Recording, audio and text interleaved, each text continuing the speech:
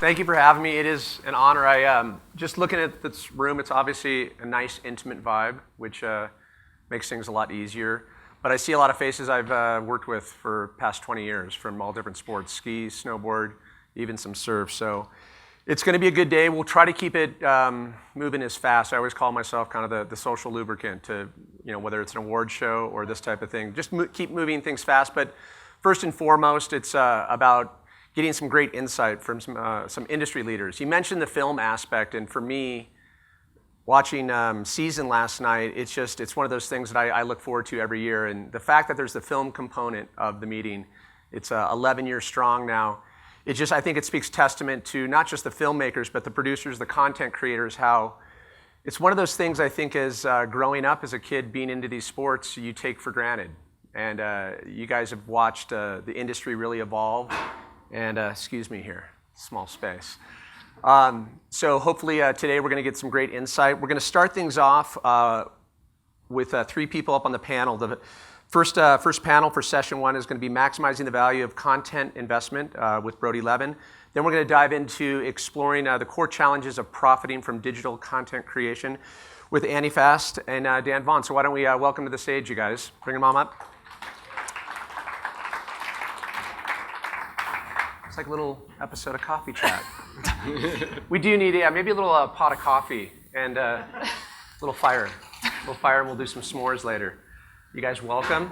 Thank you. So those of you that don't know Brody Leven, athlete, professional storyteller, spends a lot of time creating content, and he's learned a lot on that side. So I thought it'd be a good time to kind of dive in with you first, and then we'll catch up with Annie and Dan, because your story is really, really cool, and it's one of those things where I think it's people's eyes and the industry's eyes are starting to open up to the importance of athletes such as yourself. So maybe you could just dive into the authenticity or meaning of the content impact value and how it's changed over the years for you.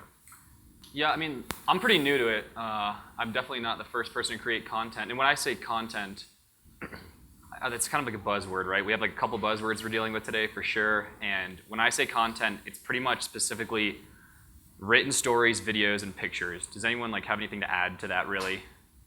It's like that is going to be the content that I speak of, right? And as far as where it goes, it's going to be social channels, which I think in reality are Instagram and Facebook, right? As far as storytelling goes. And then either print publications or online publications. That's really the whole scope of what I'm going to be talking about as far as the content that's produced and where it is delivered. And so I'm a professional skier, but I'm not the best skier on the mountain by any means. I'm a photographer. I'm not the best photographer out there. I'm a writer. I'm definitely not the best writer. But by combining these things, I've been able to create a job where a job didn't exist before, which I think is the case for an increasing number of people, whether that's approaching a company that some of you guys may work for, saying hey, I think you need this role either in the social world or in whatever world. And for me, it's been storytelling. It's half aspirational, so oh man, that is so cool. I could never climb and ski that mountain, and then half very relatable. As oh yeah, I could totally load my ski gear on a bicycle and slog up Pacific Northwest volcanoes and then camp at the bottom of them and then climb them and ski them and get back on that godforsaken bike and bike to the next one, It's horrible. It's horrendous, yeah. And so a lot of it's just kind of all right, you find the time and you go put something together and you do it. And I don't try to be the best climber out there because that's super aspirational, and I don't try to be the everyday Joe because then there's no reason to listen to these stories that are being told, right? And the other thing is that I've found this venue via podcast. Do you guys, anyone do any podcasting at all? Right, one person. So that's about how popular podcasts are. But I've I listen. I think he's still on now. But yeah, people listen. Who listens to him at least, right? Totally. So I've done a couple of those, and I think that's another outlet for the storytelling. But I've approached companies. I've tried to add value to them. And I've approached all the magazines and websites and all those sorts of things to try to bring them stories that otherwise wouldn't be being told. And that's because they're authentic stories. I don't go out saying, I'm going to create content today. Here I go, 3, 2, 1, let's make content. I think Siri just talked to me, hang on. Sorry. But how how did that switch for you? How did you? Was it you going to the company? Was it an epiphany that you had? I mean, how much convincing? Right. So I think the first thing I did was like, I took a 2-month trip during college to South America because I heard it snows there in the summer. And so I'm like, sweet. And I showed up and there was no snow at all because it was like June and that's not really ski season down there. And I had no idea. And so I go down and I spend all of my money in South America completely dirtbagging. And I come back and like, I want to share that story with someone for the sake of sharing it. Because it was like a cool experience and I did it all by myself and my journal got stolen and my camera got stolen and my passport got stolen. So like the only thing I could really do was like share this via either spoken or written word. So I like put something together and I sent it to a website and I think I might have paid them to put it on there. Like me paid them. Really payola. Yeah, right. I'm really learning. And then I quickly started like, okay, this is a really authentic story. Like I didn't do this for this story. I created the story because it was like a cool thing that I did that I wanted to share. And so since then, it's obviously flipped a little bit. And I'll put together a trip because it's something I want to do. Like the recreation is first and foremost. And the fact that recreation is my job is, I think, kind of second place. And then the fact that I want to share it to either inspire people, another buzzword, right? Or to drive people to do things that are hard for them is kind of like the third tier of things. And so when I come back, I'm not the person like pitching a story for 2 seasons from now to get funding and everything. I'm like, oh man, I have this idea. Like I want to go ski this mountain. I go do it and I come back and then I'm like, okay, like that might be a good podcast, or like those pictures are really good. Let's try to put a web gallery together for Henrik at Free Skier or something like that, And so when I come back, I kind of decide what's most appropriate, and then I kind of channel it that direction. So this begs the question then, and we're going to be getting into this with a couple of our sessions. And so does the onus sit on the athlete, or is it the companies, the sponsors, and then where do you find that happy, warm, fuzzy place to make money on it? Well, I think pretty much everyone in this room has been in this industry longer than I have. And I think most of you have probably seen that almost reversal of roles as far as like the traditional approach to becoming a professional skier. Like you're the best skier out there. Company rep sees you, gives you product, you go jump off the biggest cliff, you're a professional skier. Right? And now I think the onus has fallen a lot more on the athlete to put themselves out there, which I think is undisputable almost. Like it's up to us to create that reputation for ourselves, to create that content that then attracts fans. And then the companies, I think, will either come to you or you go to the companies. But for me personally, I was way more concerned with like growing like a trust with my audience. As the audience grew, I wanted to make sure that I was being honest with them and I was putting forth stories that were not shoving products down their throat or sales or marketing gimmicks down their throat, but instead we're like, this is really what I did today. Like I actually rode my bike to this mountain and then climbed it. Like that was a terrible idea. But like, can you see that sticker on the tip of my ski in that picture? Like, yeah, like maybe you should go. I call it guided self-direction, right? Like you're not telling people what they want. Like it's like if you're sponsoring a show on Network A or whatever, like you don't want to just be like, here, like banner ad, company, buy our stuff. Instead, it's like, yeah, like I went out and did this, and then maybe someone comes to me and they're like, what allowed you to do that? What products did you use? And in that way, it's like, it is a true story because yes, those products allowed me or helped me do that, but by no means was that why I went out. So is there one thing that stands out as the pivotal point for making content profitable when you look at it? I mean, it sounds like the subtlety, it's within your checklist. Yeah, I mean like... And the narrative. I'm developing a voice as I think applies to whether you're a publication or a website or a brand or a marketing manager for a company. Like I think everyone in here like needs to develop a voice, right? Like mine's been irreverent and like very self-deprecating or whatever it is. And like I try to keep it like lighthearted no matter how hard what I'm doing is. And as I put that forward and gain like this solid foundation of people that want to read and hear these stories, that's when the appropriate companies, like these meshes or these like alignments begin to come together, right? Because then it's like oh, company X, they're very serious. Like they have no interest in someone who's kind of lighthearted. And I'm like, all right, like they make good products, but that's just not for me then, because I don't want to change for that company, and that company's not going to change for me. So as I've started to sell stories, they've definitely gone to the audience. Like I do a lot of work with TGR because that's an audience that like, I think it's a similar audience. We share these media empires that we're trying to work, and it's reciprocal, but it's also like but it's also a challenge for both, I think. The profitable aspect of the content segues perfectly with Andy Fast, Director of Digital Programming at Network A. Those of you that aren't familiar with Network A, it was part of that YouTube initiative where, I mean, it was a shotgun blast of money and trying to get things started. It was definitely an exciting time in the space, but maybe take us through that journey, quickly and talk about the arc and the genesis, because you're one of the few still standing. Yeah. And making money, right? No, for real. It's going to be my own personal cross rocket Cue one of these days. Or what was that one called back in the day? Yeah. So there's a few. There's a handful. There's a few. And, Everyone's got one. The hand selector here. Yeah. So invite only. So we launched in January 2012 from nothing. We're Bedrocket Media is the owner of Network A. They launched with 4 different channels. Network A is partnered with Wasserman Media Group. We launched with funding from YouTube's Original Programming Initiative, which is what Pat was talking about. And just like the quick story behind that was that YouTube decided they wanted to control the type of content that was being uploaded to YouTube. So they took, I think it was $100 million and funded 100 different channels, from like Ashton Kutcher had a channel.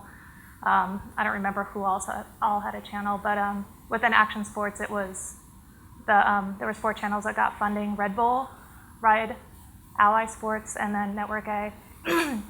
And we were the only one to start from nothing. Ride, Ally, and Red Bull were already up on YouTube. So we took that funding, and really our obligation to YouTube was about, I think it was 100 minutes a month of content.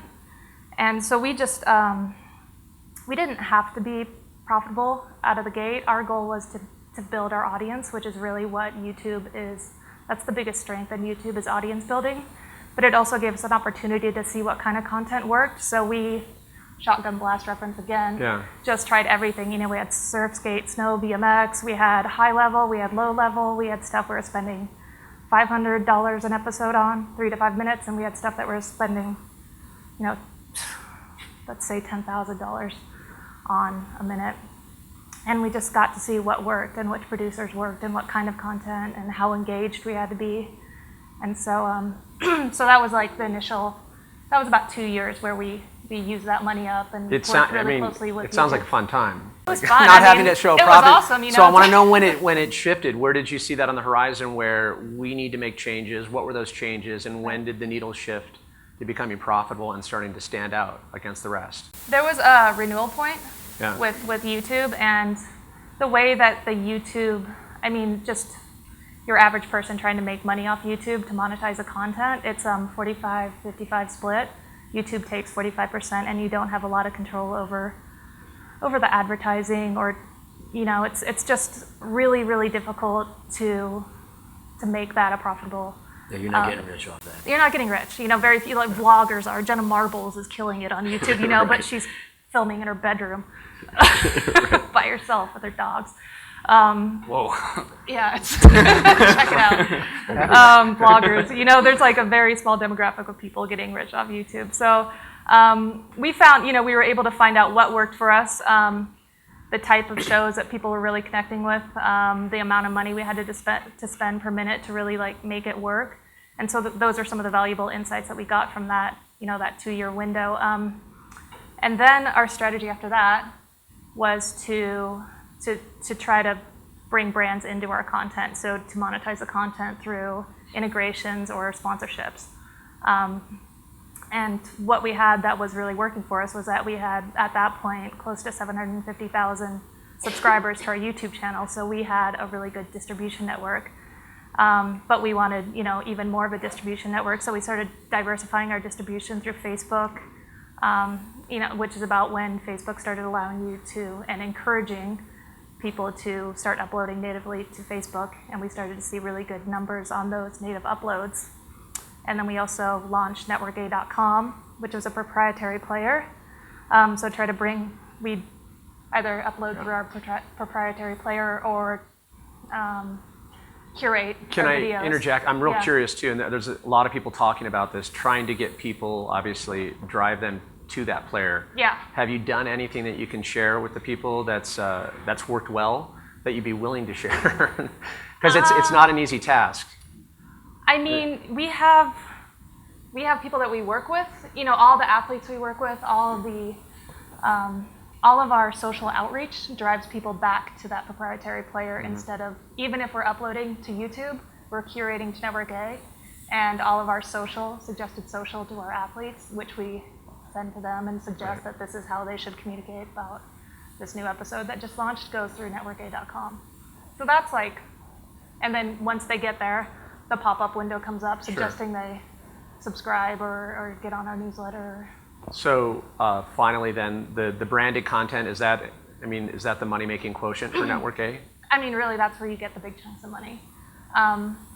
But the key to that is having distribution. You know, you can't just go out and sell a show if you don't know how the audience is going to connect with the show. So that's why you've got the distribution first and then went with selling it. Yeah, and then also diversifying the distribution. I know a lot of, GoPro, everyone is working through Daily Motion. Verizon just launched Go90, which is an app that's going to be on Verizon devices.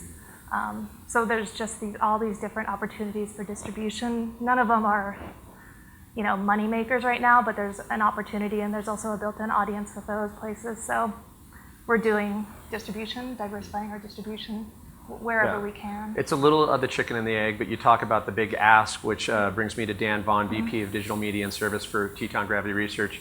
You've got the tough job of that ask, of getting the sponsors. Sure. As the landscape is changing, maybe talk about the challenges to convince someone that they should pay for advertising, and how do you do it? It's probably more difficult now than it's ever been. Yeah, it is. I mean, that's the toughest question we're going to hear all week. Yeah. Answer is hire good sales reps, but that's a lot harder than it sounds too. Really, what we're looking at is we're seeing a huge demand for content creation, custom content, distribution. The distribution side of it is really where the money is.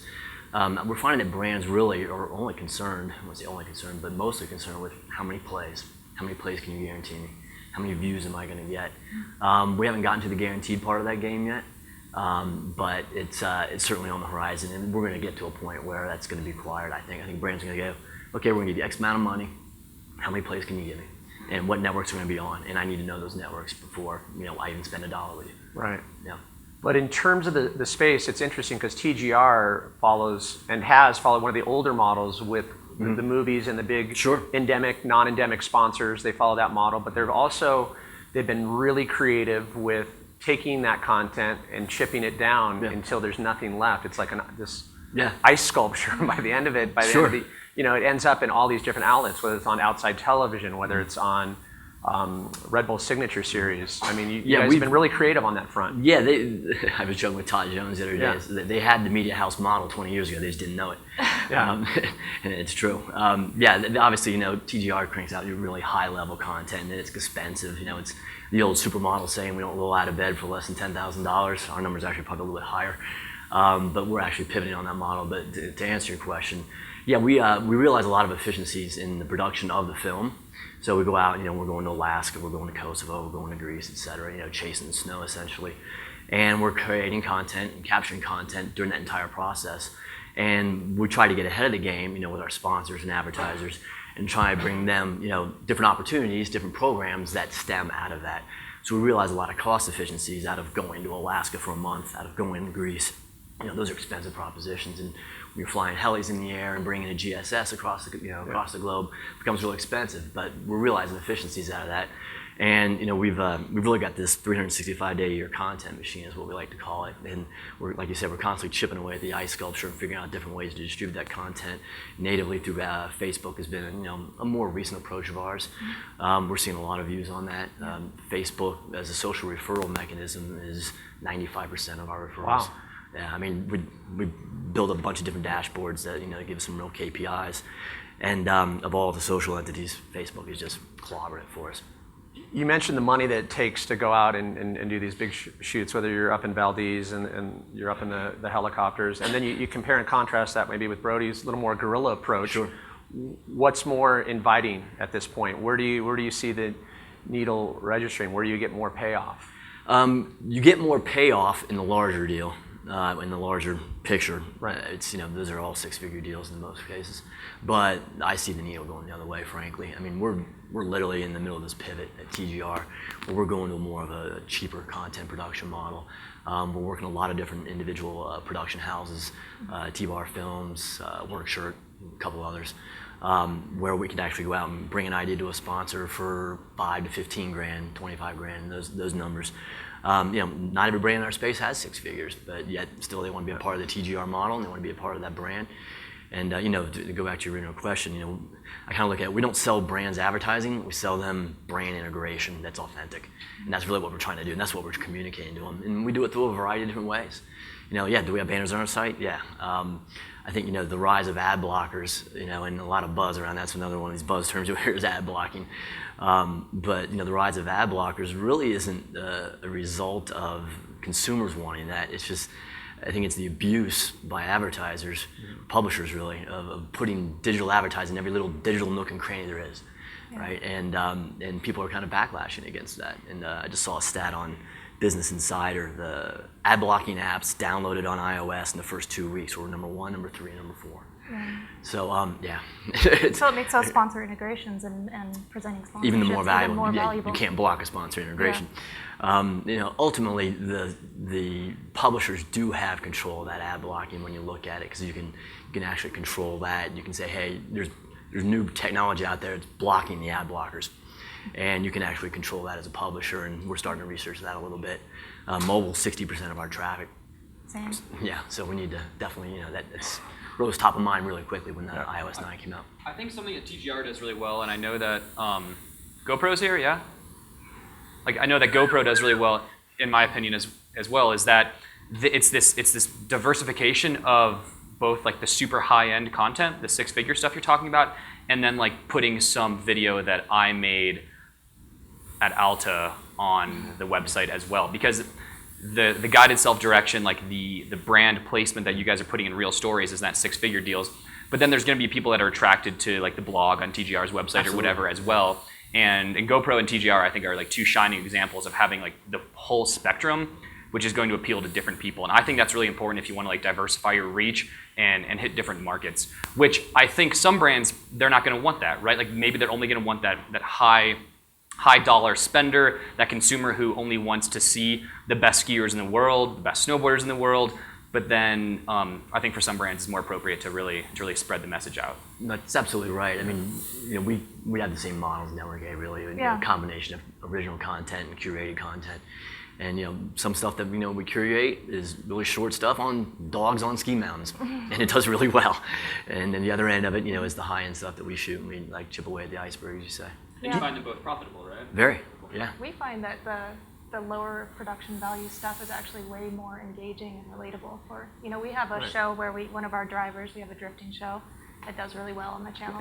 I love it. It's so interesting how you have to I wouldn't raise your hands. No, there's a lot of people like drifting. It's motorized stuff. Fast and Furious drifting? Yeah, for sure.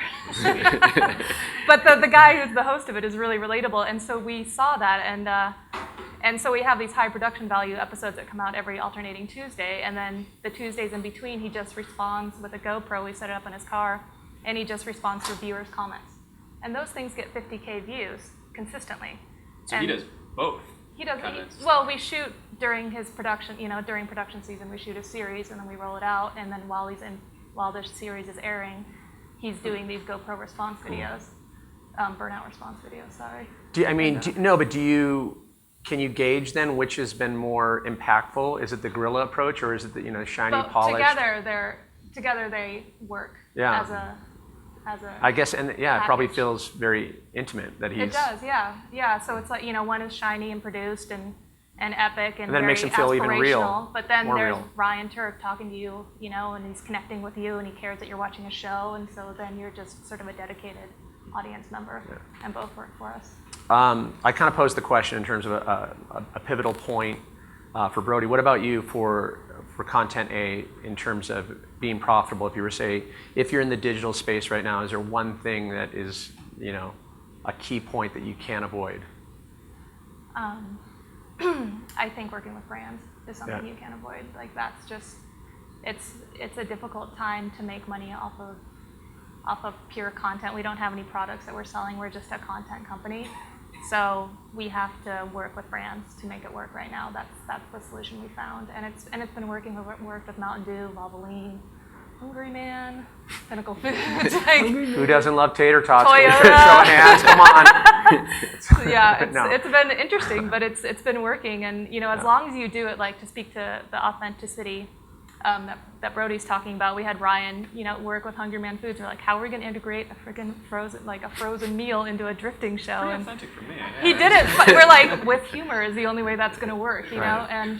And that's how we did it. We couldn't have like casually had him snacking on fried chicken. Wasn't gonna work. Oh, you caught me having my Hungry Man just before my drip session. So we had to do it Wow. funny, and that's the only way it worked. And they were happy, and we were happy. But it was an interesting challenge. Nice. Yeah. You were going to add something, Dan? Or? No. Okay.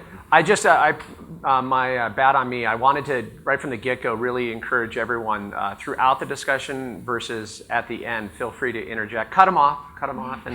But just open it up if there's any questions. We're getting started. You guys are getting warmed up, but this is always one of those precarious moments. You don't know if you're going to get crickets, but I really want to make it a discussion. Yeah, go ahead. Yeah, we have a sales team in the New York office. We are mostly working on working on integrations. We're not doing banners or ads on networka.com. So it's all about developing shows for brands almost in an agency capacity, and then also bringing them into existing shows. So those are the sort of approaches our sales team takes. Anyone else? Anyone? I had some questions about your guys' thoughts on ad blockers. We learned in the newspaper recently that didn't allow people who installed ad blockers to do their content. And they basically said, this is how we pay to produce this content, so if you're not going to look at our ad, you have to do our content. And I just wondered if you guys had thoughts on that. I thought it was really interesting. Yeah, that's the technology I was referring to. Is it's available now for publishers. They actually block the ad blockers.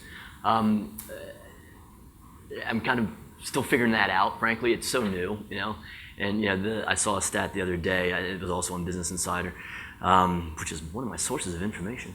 That the adoption of ad blocking actually is almost predominantly on desktop. Believe it or not. I think the number on mobile was only around 15%. I mean, don't get me wrong, it's growing, and it's growing rapidly. As I said, they're the 1, 3, and 4 most downloaded apps on iOS 9 now. But I like that proposition, frankly. It's like, this is our content. It costs us money to produce this content. We're giving it to you for free, essentially. And, and we have to fund it through advertising. And, in order to see our content, if you really want to see it, turn off your ad blockers. I think that is going to become more the de rigueur for publishers, frankly.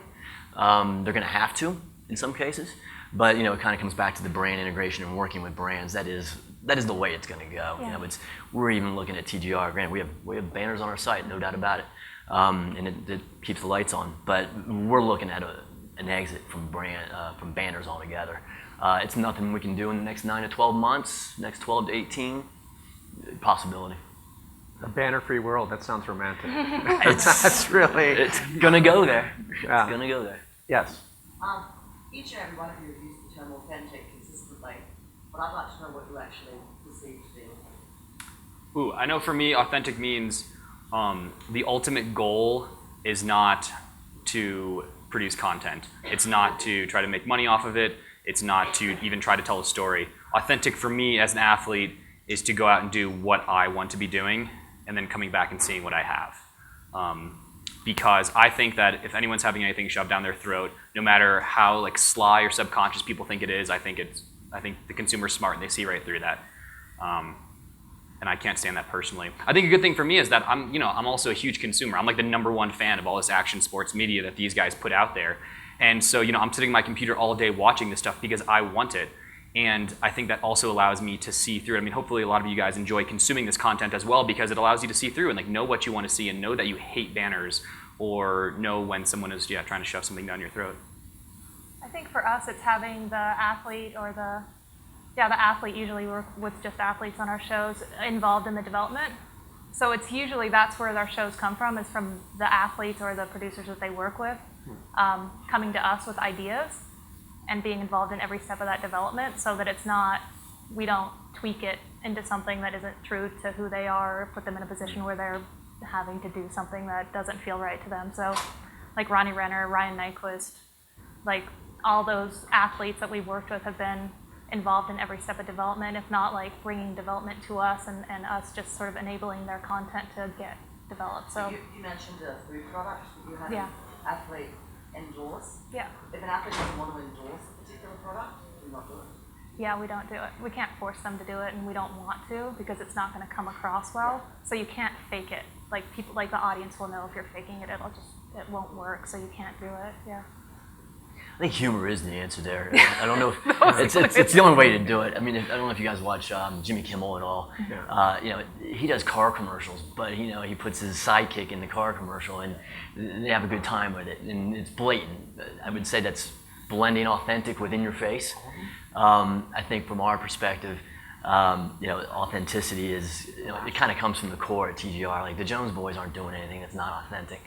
And from an advertising standpoint, we'll blend things in there as best we can, but it's not overt at all, and it is kind of tied to the athletes. We can't shove anything down an athlete's throat. They don't want to do it. It's like, all right, they don't want to do it, and our audience will recognize that, and they'll see right through it, as you mentioned. Yeah. Pat, can we flip that question Sure. just to the audience real quickly? If you guys have a different perspective on authentic idea. in the action sports world, or a different definition of it at least?